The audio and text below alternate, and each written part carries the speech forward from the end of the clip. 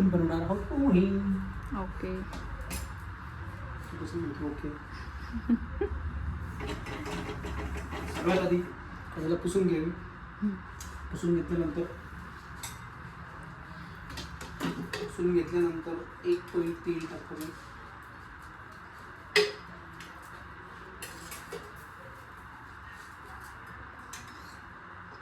अजून एक थोडंसं पळी तेल टाकावे.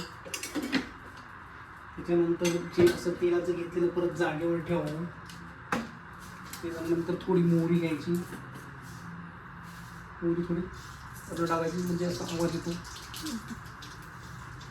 साऊंड टेस्टिंग होते.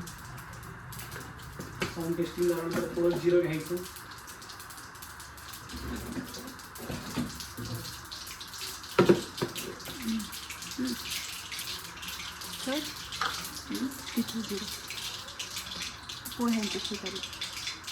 पोह्यांच्या शेजारी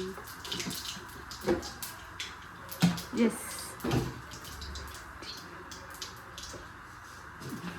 ओके. जिरं जरा सापडलं नाही आणि समोर जिरं टाकलं. जिरं टाकल्यानंतर बघा असं होतं. इथं बघा असा आवाज आला पाहिजे एकदम, म्हणजे ते जिरं जे ते काळं झालं पाहिजे थोडं. त्यानंतर आपण थोडं काळं झालेलं आहे, तर आपण थोडं टाकूया कांदे.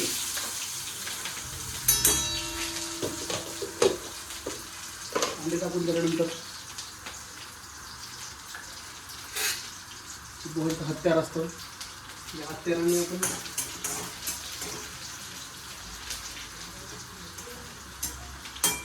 आणि पुढे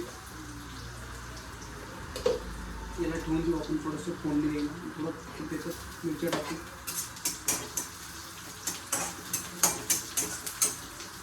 असं जोड बी घेत जाईल, दाखवत येते की बाबा टाकलं आहे. असं भांड्यात घेत जातं, इथून असं दिसलं पाहिजे. त्याच्यानंतर जोपर्यंत याला फोडणी जाते तोपर्यंत आपण टाकून थोडी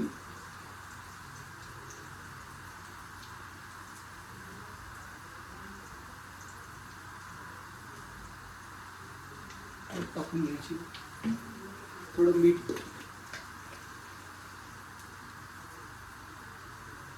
टाकून झाल्यानंतर मागे ठेवायचं.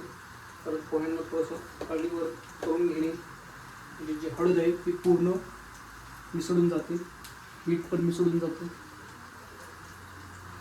तोपर्यंत थोडा गॅस आपण मोठा करू, म्हणजे थोडंसं फोडणीला हे होईल.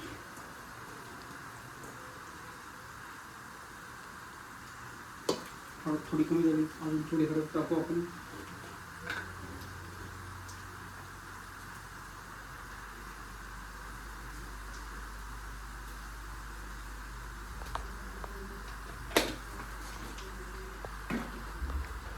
हळद टाकून झाल्यानंतर आपण पोह्यांना पातेल्यात टाकायचं.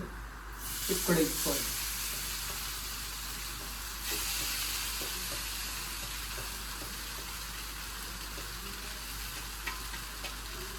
असं टाकल्यानंतर असं एक कापड घ्यायचं, कढईला मस्त पकडायचं आणि त्यानंतर त्याला आपण सुरुवात करायची.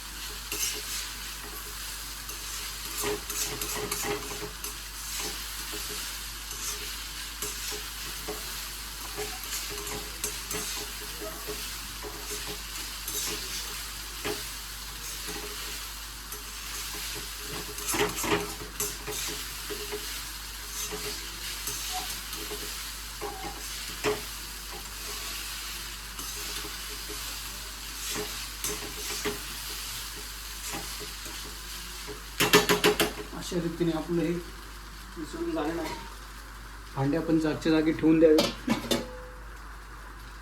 झाल्यानंतर थोडं किचन पुसून घ्यावे, जे साफसफाई थोडीशी व्यवस्थित दिसते. चाकू जागेवर ठेवावे आणि आपण जे कापलेलं आहे कोथिंबीर परत चाकूला काढून घ्यावी.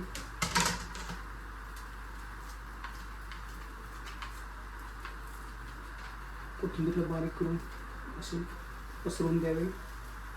पसरवल्यानंतर आपली रेसिपी झाली तयार.